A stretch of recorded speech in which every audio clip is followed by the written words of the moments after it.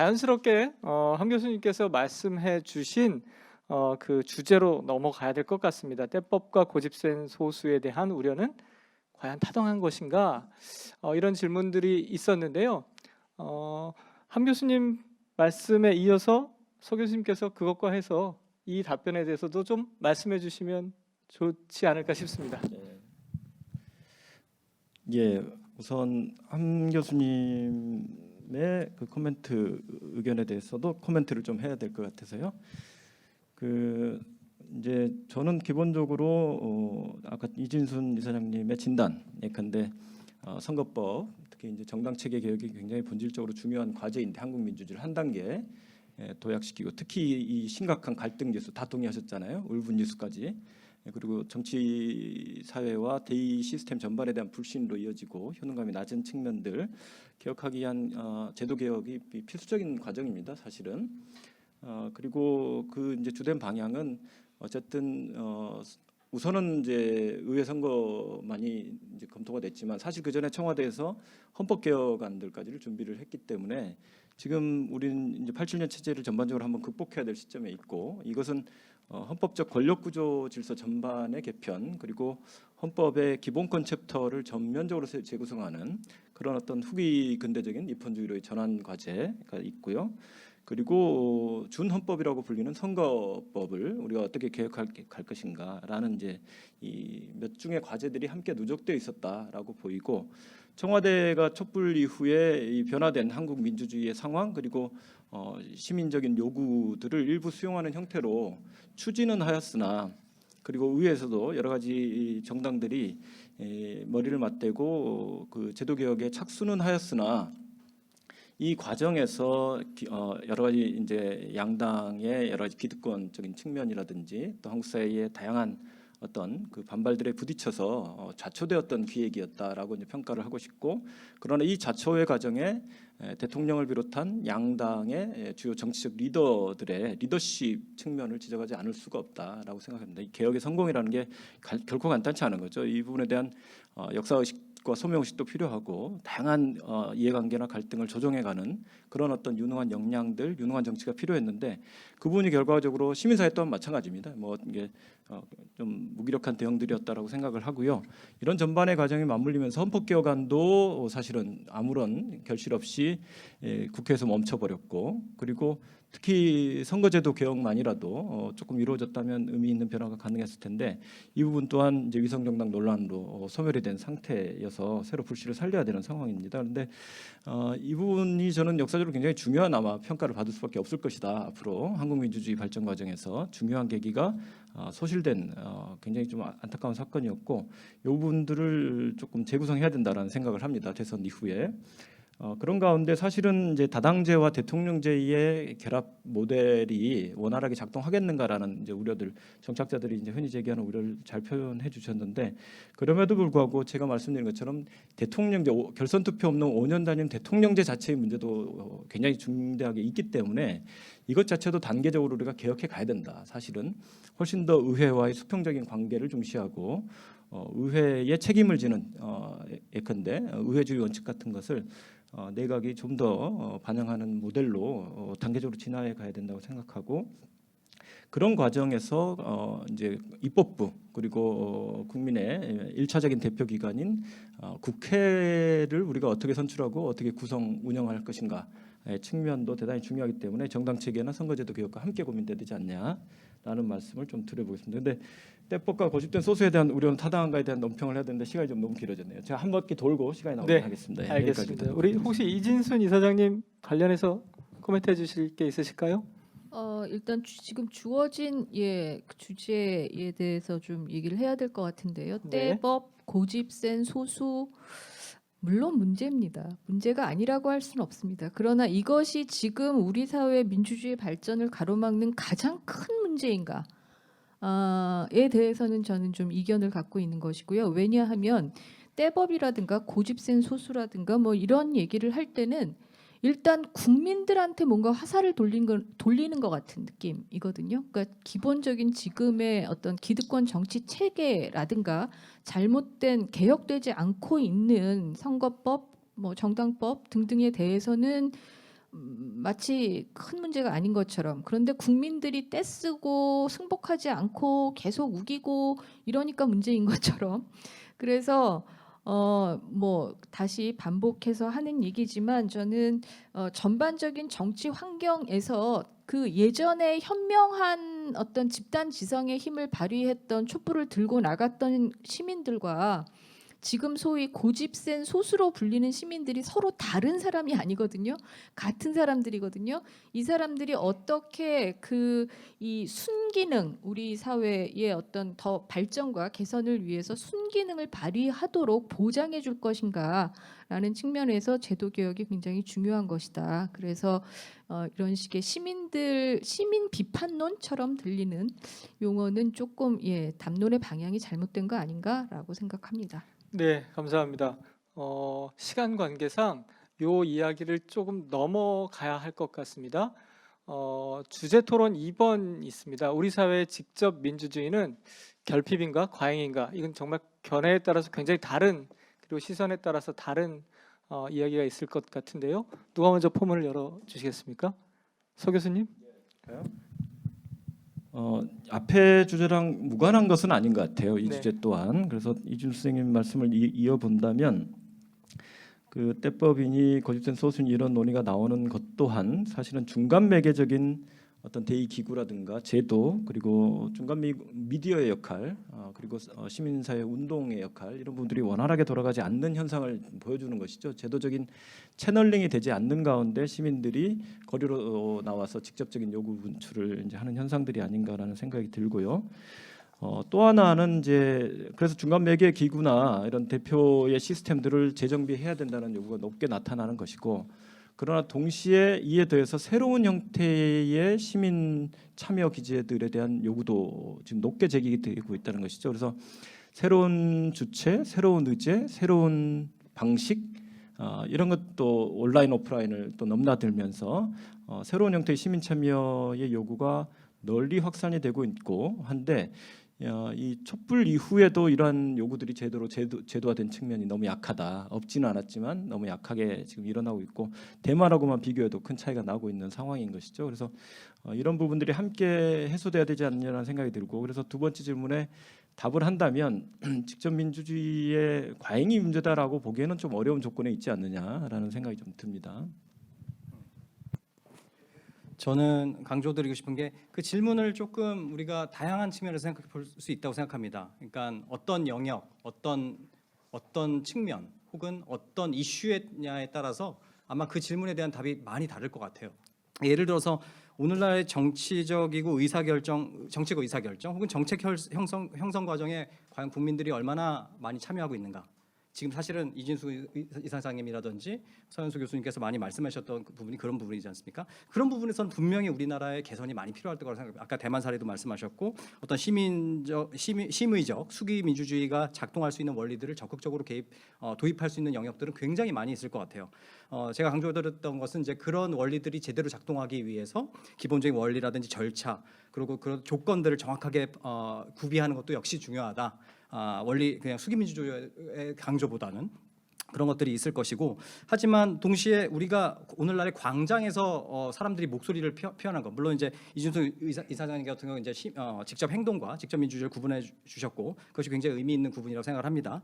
하지만 동시에 우리들이 목소리를 내는 그런 통로들은 다양한 것 같아요. 뭐 오늘날의 청와대 국민청원이라든지, 뭐 오늘날의 한국의 미디어 플로 같은 경우는 이제 워낙 포털 사이트를 뭐 기반으로 한 뭐 주요 언론 사이트들에서 사람들이 마구마구 목소리를 내고 있는 점, 뭐 그리고 광화문에서 다양한 집회들을 갖는 점, 뭐 이런 점에서는 또 한편으로는 어느 정도 목소리를 내고 있는 것 같긴 합니다. 그것이 요구인지 아니면 혹은 부족한 정치 제도적 혹은 절차적 조건에 대한 반발이던, 동시에 또 우리가 반대로 때법이라든 국민정서법 이슈에서 우리가 생각을 해본다면 내 마음에 안 들면 그것이 뭐 불합리하다라든지 강한 그 목소리를 내는 그런 이해관계라든지 정치적 특히 이해관계에 따라서 민주적인 원리가 무시되는 그런 모습들을 보면 또 한편으로는 직접 민주주의적인 요소들이 좀 우려되기도 합니다.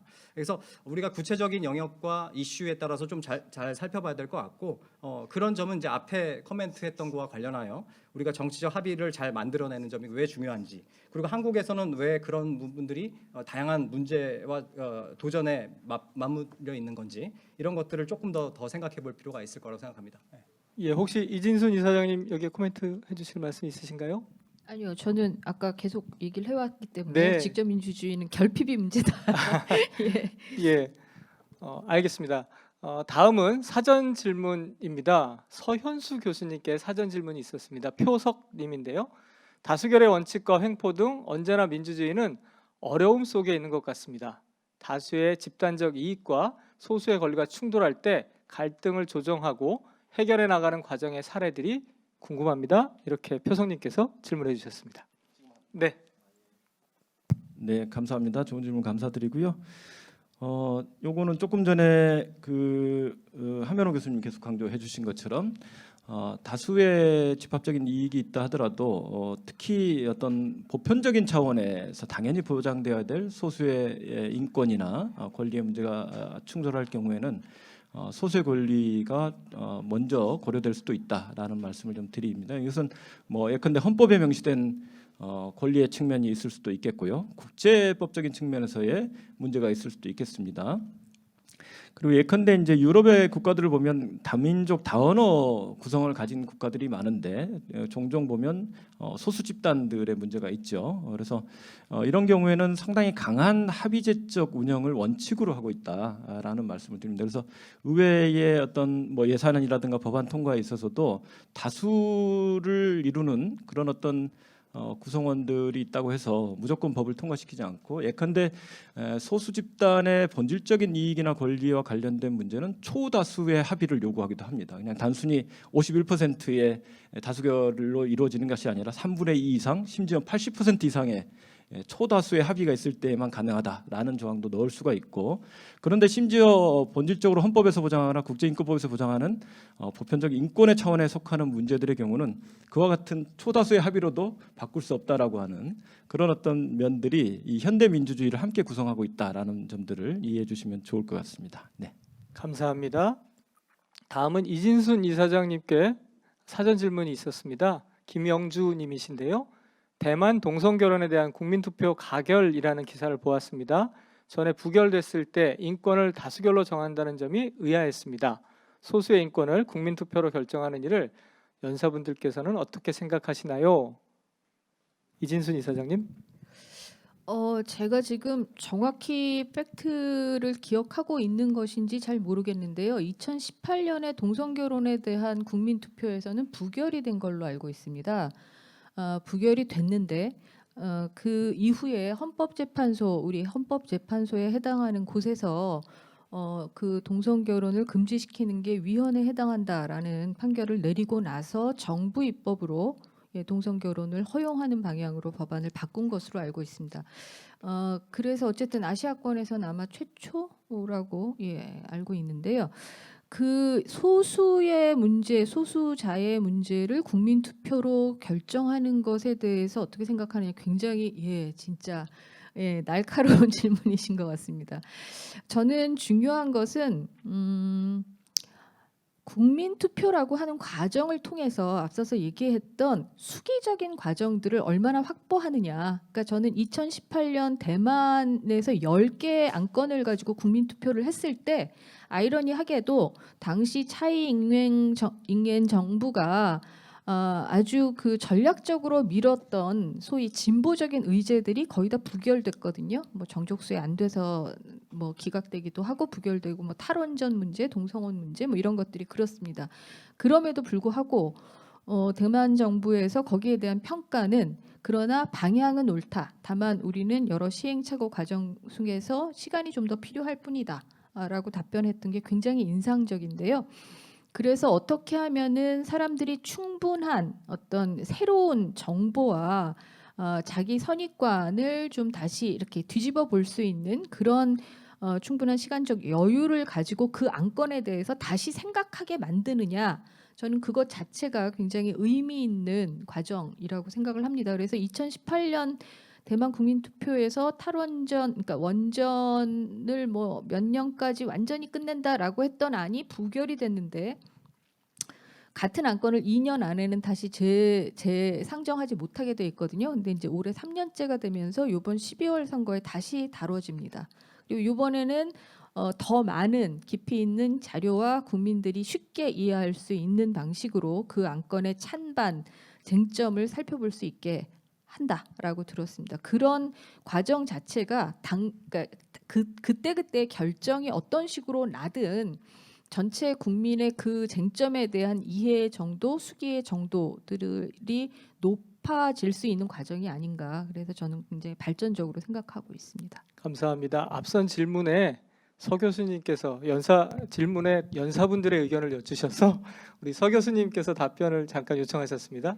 네, 저도 조금 더 얹을 바가 있는 것 같아서 신청을 했고요. 대만에서 아주 흥미로운 실험들이 많이 전개가 되고 있는데, 한 가지 이제 제가 알기로는 대만의 국민투표 제도는 지금 어떤 구속력이 있지는 않고 최종 결정으로서 그 어드바이저리 기능, 그러니까 자문적 기능, 협의적 기능을 지금 담당하고 있는 것으로 알고 있습니다. 아마 그것 때문에 국민투표에서는 이런 결정이 났는데 정부 결정이나 의회 결정이 다르게 나는 수가 지금 있는 그런 모습입니다. 그래서 약간은 그런 면에서는 제약이 있는 그런 제도이긴 합니다. 그런데 그것에 비하면 어쨌든 우리에 비하면 훨씬 더 나아간 지금 제도를 도입을 하고 있는 것이고, 대만 사례가 보여주듯이 국민 투표나 아니면 시민 발의 또는 국민 발언 제도를 어떠한 방식과 수준으로 도입하느냐에 따라서 굉장히 다양한 다이나믹이 나올 수가 있습니다. 그래서 제도 설계의 폭이 굉장히 넓게 있는 것이죠. 이런 부분들을 좀 아울러서 예컨대 국민 투표나 시민 발의 제도 같은 직접 민주주의 기제를 도입했을 때 과도하게 포퓰리즘적으로 흘러가지 않겠느냐라는 분명히 전문가들의 우려가 있긴 한데, 그런 부분을 또 완화할 수 있는 다양한 우리가 제도적인 옵션들이 있다는 것이죠. 이제 그런 부분들을 좀 더 유연하게 그리고 정책 상상력을 가지고 풀어가면 어떨까라는 생각이고요. 그 다음에는 동성 결혼 문제가 반드시 국민투표나 직접민주주의 기제로 제기되지 말아야 될 이유는 없는 그런 측면이 있다라는 말씀드리고, 아일랜드의 경우에는 시민의회에서 이 의제를 다루도록 했고, 이 의제가 결국은 헌법에까지, 아일랜드는 가톨릭 국가에서 이게 이제 개정이 필요한 사안인데 국민투표에 붙여서 아일랜드에서도 이제 이 헌법 개정이 이루어진 그런 사례가 있다라는 말씀을 드리고, 만약에 본질적으로 헌법의 어떤 가치나 국제인법법의 어떤 본질적인 측면을 훼손하거나 위반할 수 있는, 예컨대 극우의 논리 같은 것에 기반해서 소수자 권리를 침해할 수 있는 제한도 허용할 것인가, 이런 경우는 쟁점이 됩니다. 그래서 그것은 개별 국가마다 달리 규정들을 좀 하고 있는데, 아예 그것은 심의 대상에서 배제한다, 국민투표에 대해서 배제한다고도 정할 수가 있고, 또는 그 경우조차도 어쨌든 민의의 표출이므로 의제로까지는 받아들이고 여기에 적극적으로 정부와 의회가 카운터 프로포저를 내고 시민들의 의사를 묻는 형식으로 전개할 수도 있다. 이 정도 말씀드리겠습니다. 감사합니다. 하면호 교수님께 사전 질문 있습니다. 서월석님께서 질문해 주셨습니다. 올바른 가치 판단의 기준을 수적, 소수, 다수로 판단하지 않기 위해 우리 사회는 어떻게 변화해야 할까요? 라는 질문 드립니다. 예. 질문 정말 감사드립니다. 사실 그 질문에 대한 답을 이러한 방식 혹은 저런 방식으로 이제까지 토론과 발표에서 어느 정도 다뤘던 것 같습니다. 하지만 조금 더 강조를 드리자면 결국은 중요한 것이 이런 정치적 합의라든지 사회적 합의를 만들어내는 과정, 그 사회에 얼마나 많은 어떤 정치적 신뢰를 확보하는 과정, 이런 것들이라고 할 수 있습니다. 앞에서 말씀드린 것처럼 언제나 우리는 소수이지만 동시에 다수가 될 수 있다는 점, 뭐 구체적으로 정치적인 맥락에서만 본다면 다음에 당장 뭐 정권이 교체되거나 그럼 소수와 다수의 문제가 그대로 바뀌겠죠. 그렇기 때문에 사실 중요한 것은 민주주의의 기본 원리, 다수와 소수의 관계없이 지켜야 되는 원리와 사회적인 합의, 그것들을 어떻게 어떻게 구성해내야 될지에 대한 그런 고민이 적극적으로 필요하다는 말씀을 다시 한번 강조드립니다. 그것에 대해서 다양한 방식이 나오고 있지만 제가 강조드렸던 아까 한 가지 예를 들었던 건데, 아까 선거법 개혁에 대한 거, 오늘날 많이 논의되고 있는 것이 어떤 소수를 소수를 대변할 수 있는 어떤 뭐 대표성의 확대, 대표적으로는 프로포셔널 레프레젠테이션의 일렉토럴 시스템의 확대, 즉 뭐 대표주의적 성격을 가지는 선거제도의 개편 이런 것들이 강조되었습니다만 제가 아까 전에 한 가지 구체적으로 예로 든 것처럼 예를 들어서 이런 선거제도법이 대통령제와 결합됐을 때의 문제. 라도 한번 생각해 볼 필요가 있고 또 예를 들어서 오늘날 그 대표성이 강화된 선거제도 같은 경우에 최근에 이제까지 논의하고 우리가 우려해왔던 파퓰리즘이라든지 이런 문제를 더 확대시킬 수 있다라는 굉장히 많은 우려가 있습니다. 예를 들어서 기존의 영국이라든지 미국의 시스템과 달리 즉 미국이라든지 영국의 시스템 같은 경우 한 표라도 더 얻으면 당선되는 거기 때문에 사실 국민 대다수에게 더 넓게 호소하려는 그런 인센티브 유인이 존재하거든요. 하지만 프로포셔널 레프레젠테이션 즉 대표성이 강화된 선거제도에서는 사실은 일정 정도의 지지만 확보되면 언제든지 의회로 진출할 수 있기 때문에 사실 유럽에서는 극우 정당들이 그 기제를 활용해서 적극적으로 진출했던 것이 사실이고 그들은 사실 넓게 호소할 이유는 없는 거죠. 그래서 이런 점을 봤을 때 아까 서현수 교수님께서 말씀하신 것처럼 사실 이런 문제들을 우리가 제도적으로 개선할 때에도 굉장히 종합적이고 체계적이고 복합적인 관점을 취하지 않으면 이 문제를 해결하느라고 저 문제를 더 만드는 그런 문제가 다양하게 있을 수 있습니다. 그래서 이 문제라는 것은 굉장히 구체적이고 현실적으로 고민해야 되는 것이고 또 예를 들어서 아까 전에 뭐 제가 유권자에 대한 오늘날의 현대 정치학의 연구의 그런 아이디어 이런 것들을 말씀드린 것처럼 다양한 종합적인 그런 고려가 필요할 거라고 생각합니다. 네. 감사합니다.